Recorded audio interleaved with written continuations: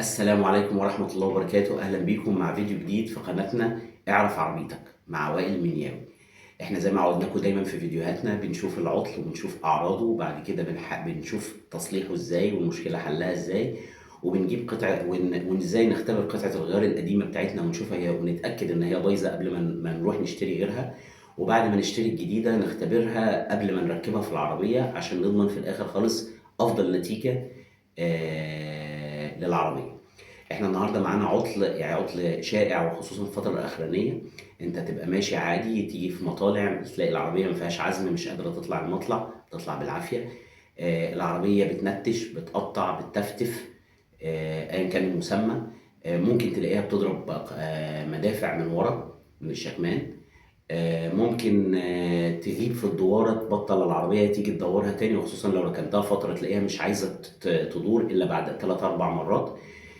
كل دي مجموعة أعراض ممكن تواجهك.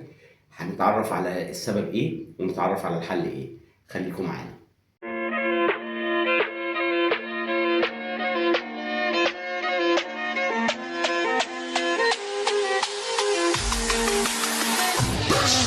أهلا بيكم، ورجعنا لكم تاني. زي ما احنا قلنا قبل الفاصل، احنا عايزين نشوف عندنا مشكلة ان العربية عزمها مش مظبوط، العربية بتنتش، العربية بتقطع، العربية بتغيب في الدوارة، الكلام ده كله.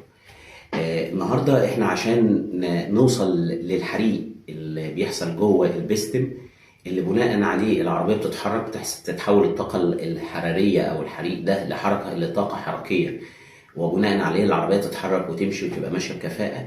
احنا محتاجين 3 حاجات.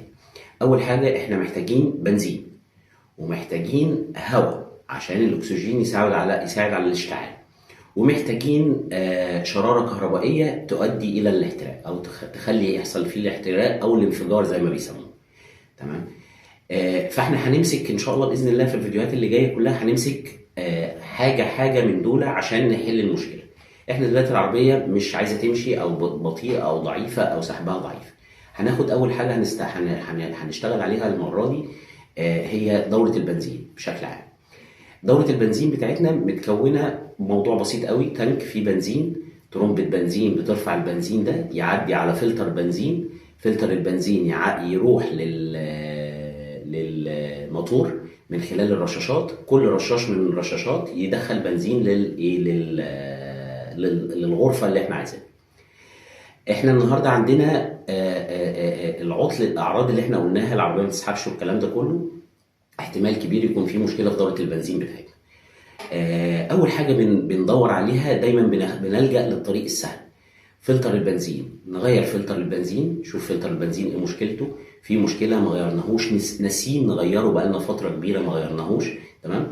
فلتر البنزين الطبيعي بتاعه المفروض ان هو بيمشي في حدود 40,000 كيلو.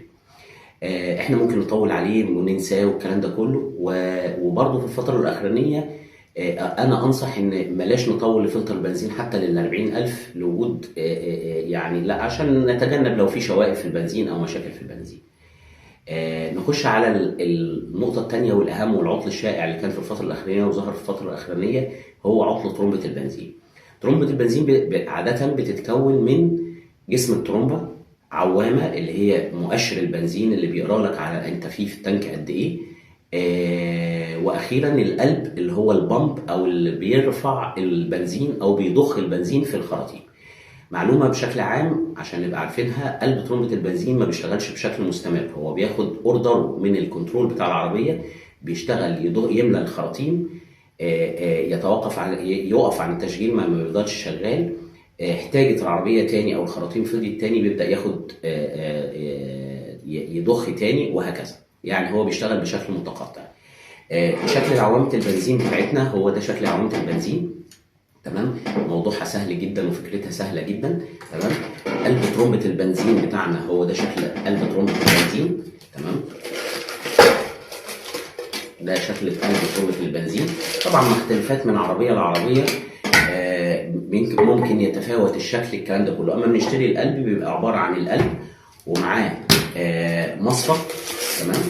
مصفى لمنع الشوائب المبدئيه اللي جوه الترومبه، وبيبقى معاه الفيشه دي عشان باعتبار ان الفيشه القديمه ممكن تكون فيها مشكله ولا اي حاجه. تمام. ترمبة البنزين الكاملة أو كلها على بعضها بتبقى بالمنظر ده، تمام. وهم كلهم برضو زي ما قلنا ترمبات البنزين شكلا قريبين من بعض. هنا بيبقى فيه مخرج مدخل البنزين ومخرج للبنزين، تمام. ودي العوامة، تمام. وهنا جوه هنلاقي القلب بتاع ترمبة البنزين دي كده. الموضوع بشكل عام. احنا دلوقتي هنعمل اختبار لترمبة البنزين القديمة وهنشوفها شغالة ولا لا، وهنختبر حتى كمان العوامة ونشوف العوامة شغالة ولا لا، عشان احنا بنقع في مشاكل كتير احيانا بتقابلنا. نقول انا اشتريت عوامة وطلعت مش شغالة، انا اشتريت قلب ترمبة وطلع ضعيف، انا اشتريت. وده بيبقى اغلبه يا اما مشاكل في التركيب يا اما مشاكل في تشخيص خاطئ، تمام. وبعض الاحيان بتبقى مشاكل في قطعه الغيار لو هي قطعه غيار مش معتمده او مش مظبوطه، تمام. هنيجي نمسك ترمبه البنزين بتاعتنا، نشرح مكونات، يعني زي ما شرحنا مكوناتها والموضوع بسيط قوي. هنبص عليها من تحت هنلاقي فردتين سلك خاصين بالعوامه وفردتين سلك خاصين بقلب الترمبه. ده كل فكرته. هنمسك قلب الترمبه بتاعنا الاول، قلب ترمبه البنزين بتاعنا اهو، هنختبره الاول ونشوفه شغال ولا لا. ده القلب مثلا، فرضا ان ده القلب القديم بتاعنا. انا طبعا حته قطع الغيار القديمه ما بتبقاش متوفره عندي قوي، تمام، ولكن انا بقدر اختبر لك على قطع الغيار الجديده. احنا عاملين حاجه كده، جهاز بسيط، تمام، عباره عن شاشه فيها افوميتر، وفي نفس الوقت بتطلع كهرباء مماثله لكهرباء العربيه. ده قلب الترومبه زي ما احنا قلنا، في طرفين، طرف موجب وطرف سالب. هنوصل الموجب في الموجب وهنوصل السالب في السالب، تمام. وهنسمع صوت الترومبه زي ما احنا سامعين صوت الترومبه هنا، تمام اهو. طبعا بيوضح لنا من صوت الترومبه هي الترومبه شغاله ولا مش شغاله بشكل مبدئي. كل ما الصوت ده كان اقوى وكان صوته فيه زي صرخه، ده معناها ان القلب قوي والقلب بتاعه خارجه مظبوط. المفروض ان العربيات، يعني العربيات اللي هي الصيني بتاعتنا عامه، زي ما احنا قلنا، احنا اغلب فيديوهاتنا عن العربيات الصيني، المفروض ان القلب ده بيبقى المفروض مخرجه المظبوط 11 بار، تمام. الفرق ايه؟ قلب كويس عن قلب تعبان او عن قلب وحش، تمام. هي في حته البار. في بعض الشركات بتبقى منزلاه 11 بار معتمد، يعني لو حطيته على جهاز الاختبار يطلع لك 11 بار فعلا. البار دي وحده قياس الضغط، تمام، ضغط البنزين. ففي ترومبات بتبقى فعلا خارجها 11 بار مظبوط، تمام. وفي ترومبات بيبقى خارجها 5 4 6 الكلام ده.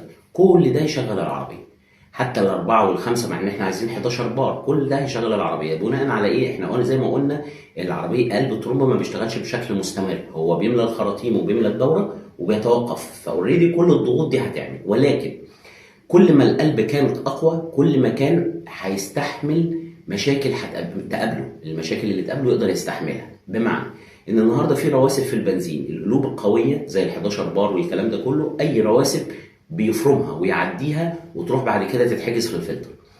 ولكن القلوب قلب ترمبة البنزين، القلوب الضعيفة، كل الوساخة دي بتتحشر في القلب نفسه، مرة على مرة القلب بيبوظ. ولذلك يقول لك القلب ما عادش معايا 5 6 شهور، القلب ما عادش معايا سنة. كل ده بسبب الضغوط الضعيفة أو القلوب اللي مش معتمدة، تمام. ده كده اختبارنا للقلب ترمبة البنزين، وبناء عليه زي ما احنا شفنا النهارده صوت الترومبه، قلب الترومبه لقيناه بالمنظر ده. هنحطه في العربيه واحنا مطمنين. لقيناه مش شغال يبقى هنجيب قلب تاني ونسمع الصوت ونجربه بنفس الطريقه دي. موضوع بسيط قوي، ترانس 12 فولت هيحل لنا المشكله وهيعمل لنا الحل ده كله. هنيجي للعوامه، تمام.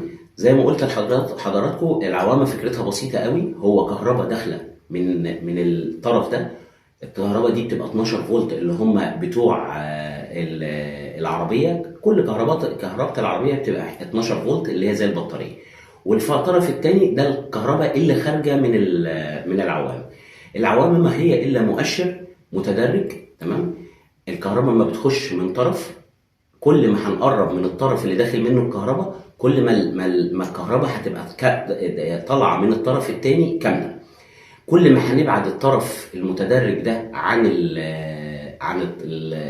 المدخل كل ما الكهرباء اللي هتبقى خارجه هنا اقل، وبالتالي تدي اوردر للكنترول يعلم لك في في العربيه على المؤشر بتاعنا. فاحنا هنعمل برضو نفس الاختبار اللي احنا قلنا عليه بالشاشه الافوميتر. هنوصل هنا الطرف الموجب مع الطرف الموجب، وهنوصل هنا الطرف السالب مع الطرف السالب. تمام. احنا بنوصل الموضوع بالمنظر ده. انا هثبتها عشان اعرف اشرح لكم. نوصل الطرفين هنا، ده الطرف ده مع الطرف ده، والطرف ده مع الطرف ده. تمام. هنلاقي هنا على وهنا طبعا زي ما احنا قلنا ده وضعيه العوامه دلوقتي فاضيه بنزين، فبالتالي كده مليانه بنزين، كده فاضيه بنزين. هنلاقي هنا على الشاشه بتاعتنا، تمام، الترومبه العوامه وهي فاضيه بنزين، هنلاقي الامبير قاري صفر. تمام. كل ما هنملى بنزين هنا زي ما انتم شايفين الامبير قاري صفر. كل ما هنملى بنزين كل ما المؤشر ده هيعلى، كل ما الامبير يعلى، كل ما الامبير يعلى، كل ما الامبير يعلى، لغايه ما نوصل للفل. كده العربيه متفوله بنزين. هنلاقي هنا اريالنا 35 امبير. تمام. هننزل تاني. طول ما بننزل البنزين بمستواه بيقل، كل ما الامبير اللي بيبقى واصل اقل، فالمؤشر الامبير بيقل. تمام. هنلاقيه نزل تاني للصفر زي ما احنا شايفين. اختبارها سهل جدا. احنا بنطمن ان هي في الامتي صفر، في الفل مطلعه اقصى امبير، في النص مفيش تقطيع. كده معناها ان العوامه سليمه. ده احنا قبل ما نحطها وقبل ما نختبر، قبل ما ننزلها في بنزين، قبل ما نحطها في الترومبه، واحنا يعني وقبل ما نعمل اي حاجه فيها. وده ينطبق على نفس الوضع في العوامه القديمه. لو لقينا العوامه القديمه عامله كده وبتقرب بنفس الطريقه المنتظمه دي من الصفر الى الاقصى امبير، ال 35 او 40 امبير او 50 امبير ايا كان، تمام، يبقى معناها ان العوامه بتاعتنا سليمه. وفي مشكله ثانيه في العربيه لازم ندور عليها قبل ما نروح نشتري عوامه وندفع ثمن عوامه. ونفس الوضع بالنسبه لقلب الترومبه. جربنا قلب الترومبه لقيناه شغال، فقبل ما نشتري قلب الترومبه نختبر الكلام ده كله قبل ما نشتريه. موضوع سهل جدا وبسيط جدا. تمام. هنيجي للاختبار الترومبه الكامله. هو نفس الوضع زي ما احنا قلنا. الترومبه الكامله متكونه من عوامه وقلب ترومبه. هنجرب العوامه بتاعتنا. تمام. هنجرب الاول قلب الترومبه. هنسمع صوته زي ما احنا سامعين صوت قلب الترومبه في جوه الترومبه نفسها. صوته ممتاز قوي. تمام. زي ما سمعنا الصرخه بتاعته. هنيجي نجرب العوامه بتاعتنا بنفس الطريقه. هنركب الكليبسين بتوع العوامه. هنبص على الشاشه بتاعتنا هنا. هنلاقي الشاشه برضو قاريه صفر او 1 امبير. تمام.